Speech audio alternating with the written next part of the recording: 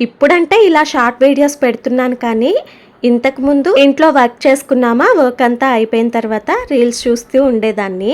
అలా చూస్తూ ఉండేటప్పుడు సడన్గా ఇలాగా ఎలా పైనుంచి పడుతుందబ్బా ప్యాకెట్ అనుకునేదాన్ని. తర్వాత తెలిసింది అదంతా ఎడిటింగ్ మహత్యం అని. ఏదైనా కానీ తెలియక ముందు చాలా కష్టంగా ఉంటుందేమో అనిపిస్తుంది. ఒకసారి తెలిసిన తర్వాత ఇంత ఈజీనా అనుకుంటాం కదా. ఇంకా ఈరోజు నేనైతే బేబీకార్న్ మంచూరియా అయితే చేస్తున్నాను. ఇప్పటి పిల్లలకి మంచూరియా, బర్గర్స్, పిజ్జాస్ ఇవంటే స్నాక్స్.